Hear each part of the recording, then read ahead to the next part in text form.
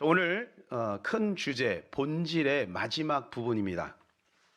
우리가 그동안 본질에 대해서 같이 살폈는데요.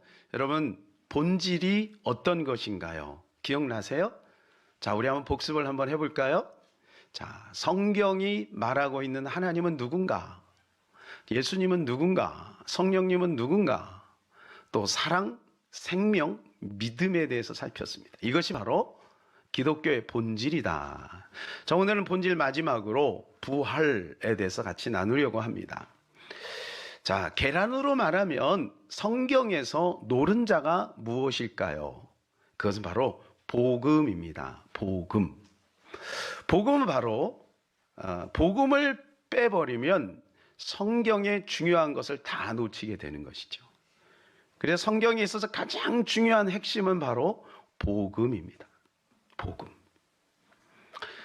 자, 그런데 이 복음이라는 것이 무엇일까요? 이 복음은 예수 그리스도가 나를 위해서 십자가에 못 박혀 죽으시고 3일 만에 부활하신 사실, 이게 바로 복음이지요. 그러니까 이 복음 안에는 본질이 뭐냐면 십자가와 부활인 것입니다. 십자가와 부활. 그래서 이 십자가는 뿌리와 같다고 하면 부활은 열매와 같은 것입니다. 뿌리가 깊게 내려야 그 나무가 튼튼하고 열매를 많이 맺지 않겠어요? 사도 바울도 13권의 서신 속에서 그 핵심적으로 각자 각 위치에 있는 여러 성도들에게 증거한 핵심적인 메시지가 뭐냐? 예수가 부활했다는 거예요. 그러니까 걱정하지 말고, 그러니까 염려하지 말고, 그러니까 슬퍼하지 말고 얼굴을 바꾸시기를 축복합니다. 예수님이 부활하셨습니다. 할렐루야. 예. 자기 아들을 아끼지 아니하시고 우리에게 모든 것을 내어주시니가 어찌 그 아들과 함께 우리에게 우리가 원하는 것을 주지 못하겠느냐. 무능력해서 죽은 게 아니고 부활에 이르기 위해서 죽으셨고 그분은 약속대로 3일 만에 부활하셨으니 그 정도면 충분한 증거가 있지 않냐. 그러니까 우리가 예수 믿는 게 보통 일이 아니다. 사랑하는 여러분, 주일만 기뻐하지 마시고 우리의 모든 인생을 부활하신 예수 그리스도를 바라봄으로 날마다 승리하시기를 축복합니다. 자, 요한복음 11장 25절 16절입니다. 예수께서 이르시되 나는 부활이요 생명이 나를 믿는 자는 죽어도 살겠고 무릇 살아서 나를 믿는 자는 영원히 죽지 아니하리니 이것을 내가 믿느냐. 주님이 질문합니다. 똑같이 마르다에게 질문한 것처럼 오늘 저와 여러분에게도 똑같이 주님이 질문하고 있습니다. 이것을 믿느냐? 내가 부활할 것 믿느냐? 네가 예수 그리스도로 말미암아 다시 살아날 것을 믿느냐? 질문합니다.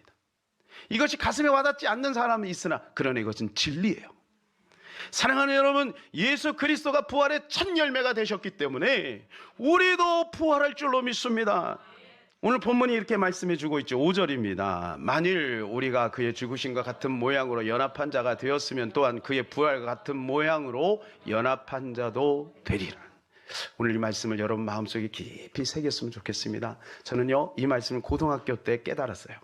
어떤 사모님하고 성경 공부하는데 이 사모님이 이걸 얼마나 강조하는지요.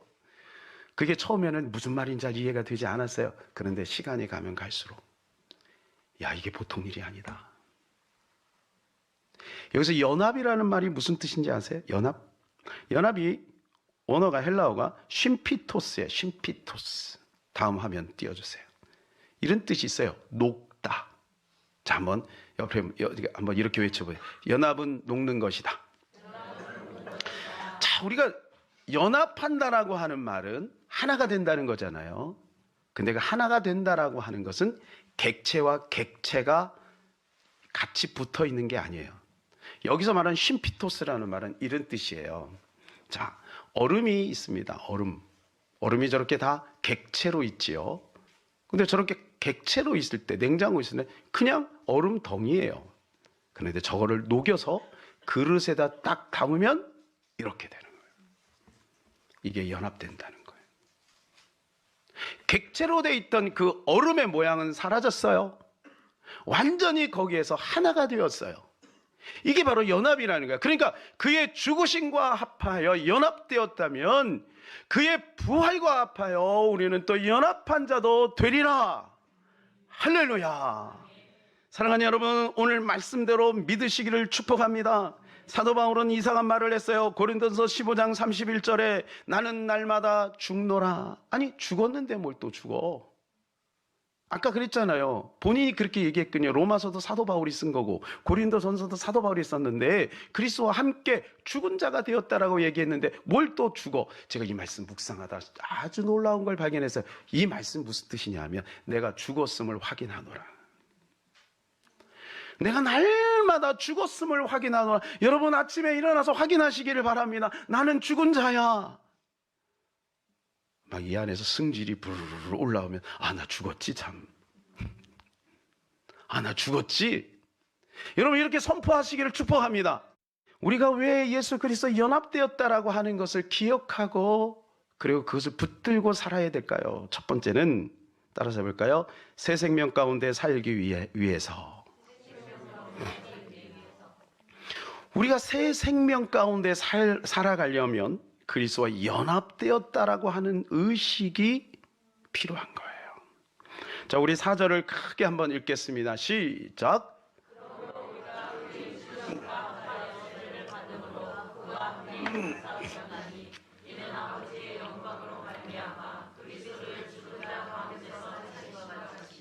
우리로 또한 새 생명 가운데서 행하게 하려 함이라. 요 마지막 구절 노란색으로 마킹되어 있는 요 부분을 우리 꼭 기억했으면 좋겠어요. 새 생명 가운데 행하게 하기 위해서 지금 사도 바울이 로마에 있는 교인들에게 강조하는 거예요. 너희들은 정체성이 뭐냐 하면 예수 그리스도의 부활과 연합된 자야. 그래서 새 생명 가운데 살아가렴. 이렇게 말해주고 있는 거거든요. 11절 우리 같이 읽을까요? 이와 같이 너희도 너희 자신은 죄에 대하여는 죽은 자요 그리스도 예수 안에는 하나님께 대하여는 살아있는 자로 여길지어다. 저는 이 말씀을 깨닫고 얼마나 감사한지요.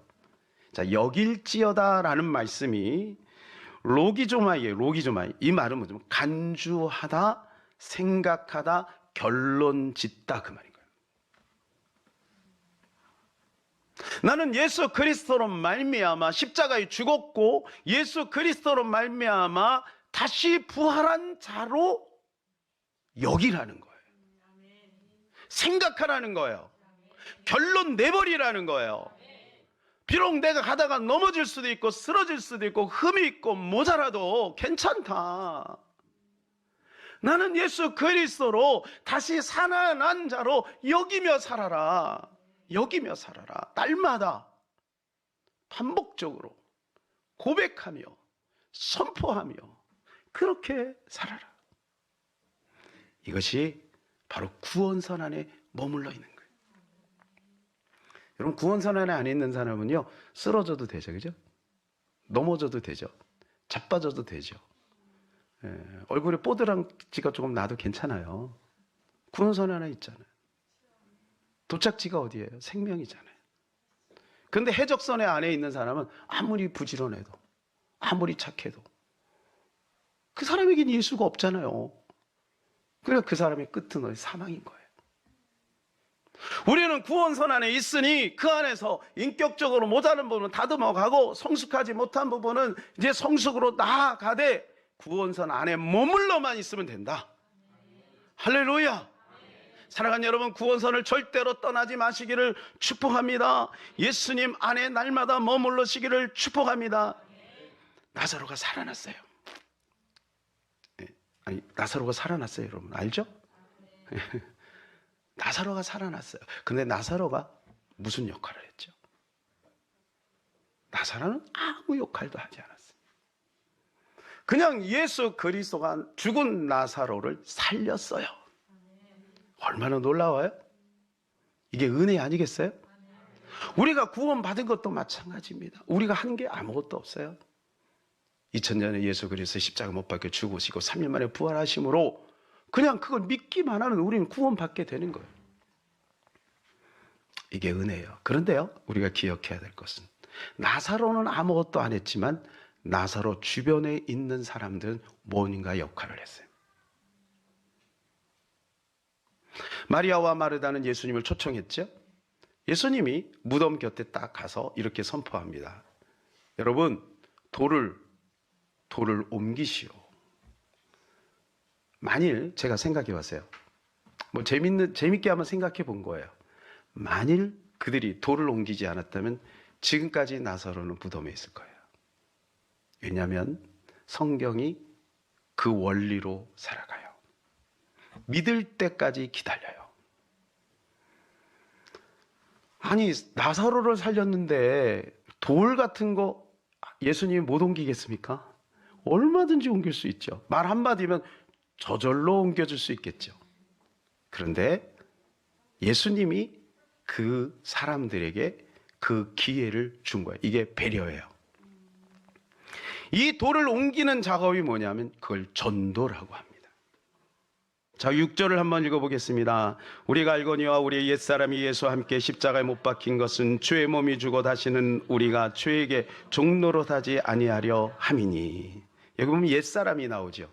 이 옛사람이라는 것은, 옛사람은 우리가 예수 믿기 전의 사람이에요. 우리는 새 사람이 되었어요.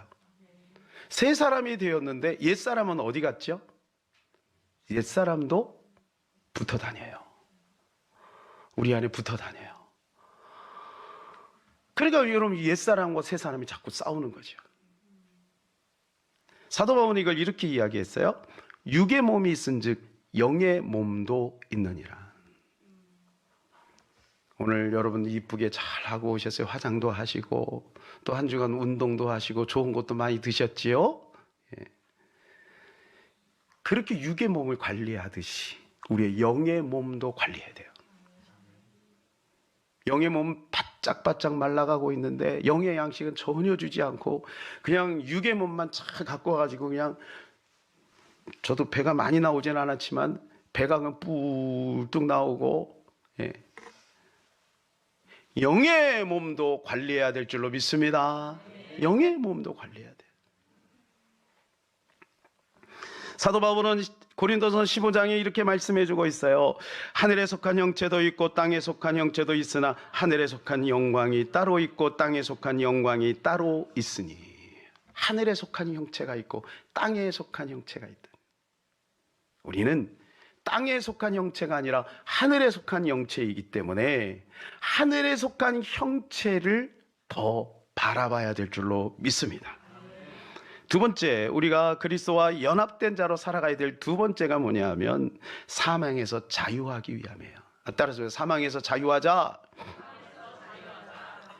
죽음이 어떻게 해서 왔습니까? 죽음이. 오늘 9절 말씀을 같이 읽어보겠습니다.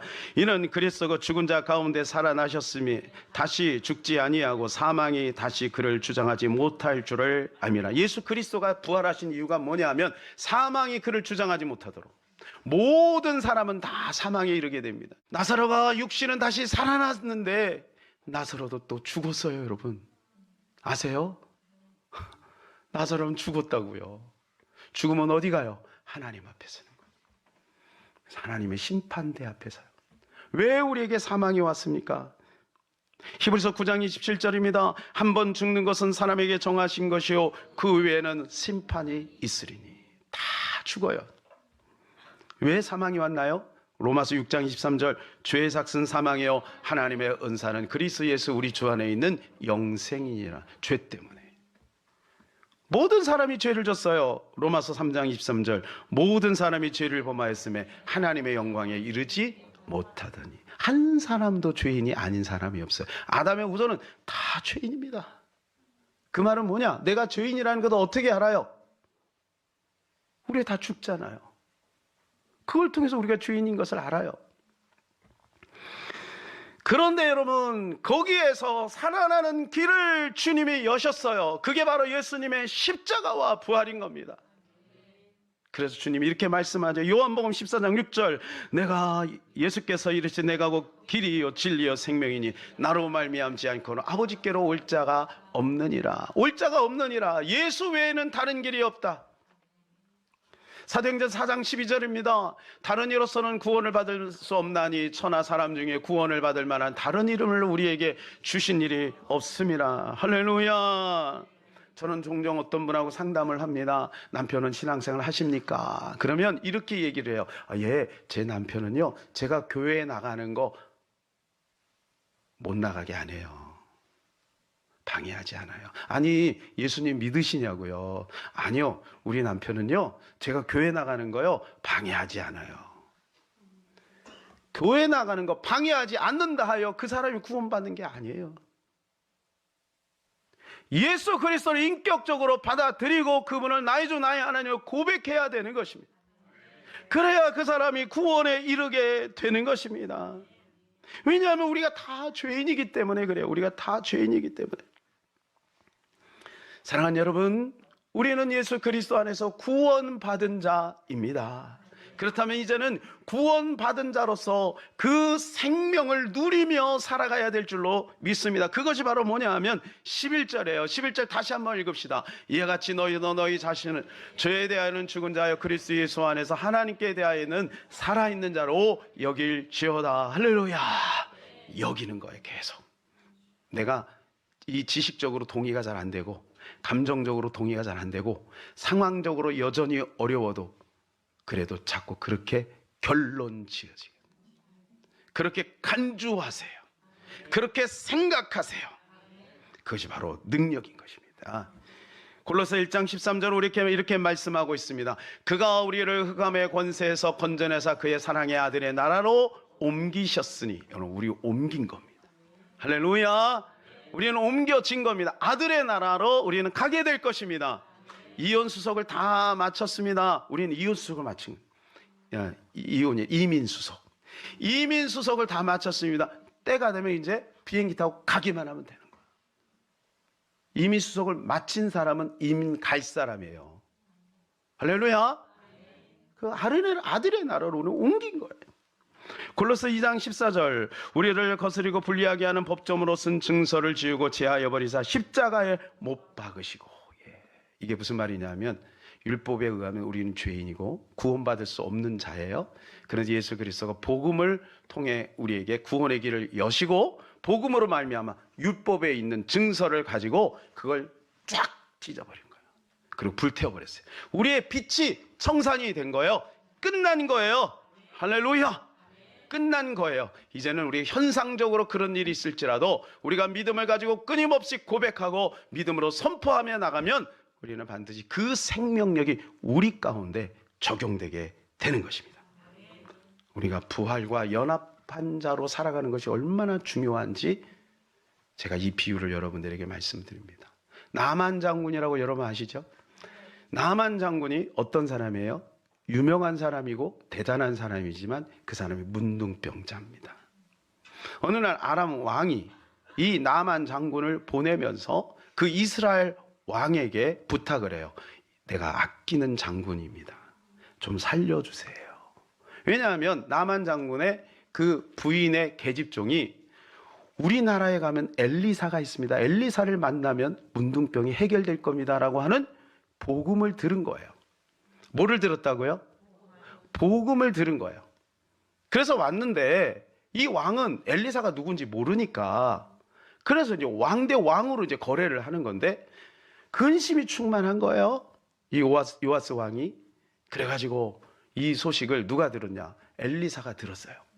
그 엘리사가 왕이시여 나한테 보내세요. 내가 해결할게요. 그리고 이 나아만이 기대를 가지고 뭐 유명하다고 하니까 신통하다고 하니까 기대를 가지고 이제 문 앞에 딱 갔는데 엘리사는 코뺑기도 안 보이고 종에게 시켰어요.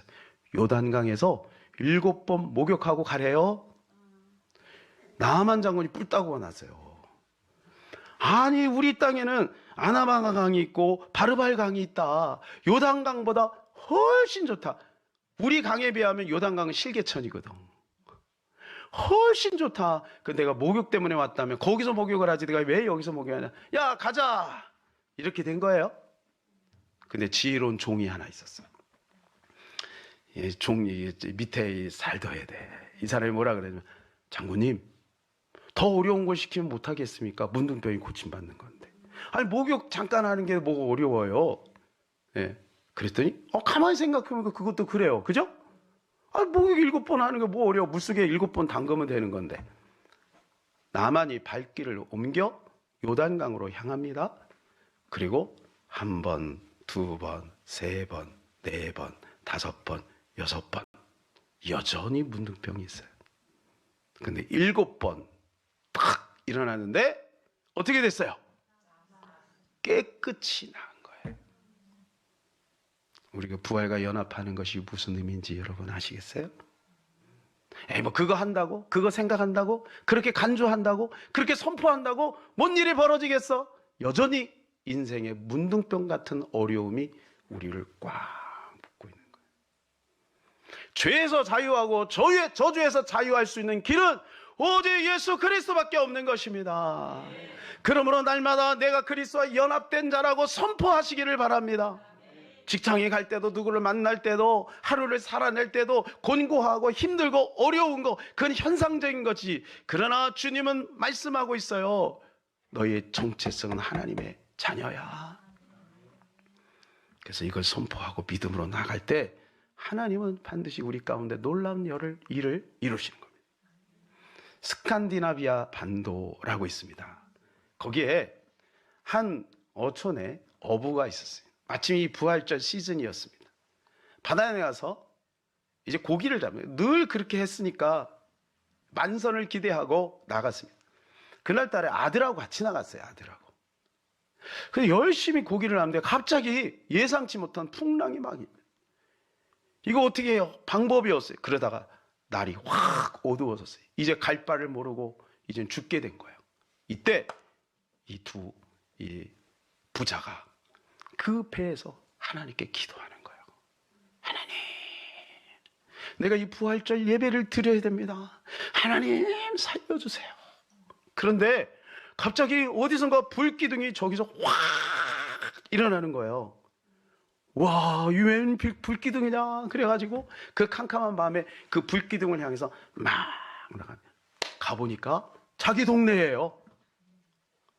이야, 이 풍랑 속에 살아 돌아왔다고 동네 사람들이 막 기뻐서 하고 있는데 아내가 막 우는 거야. 여보, 기뻐서 우는 게 아니라 자기 집이 불났어.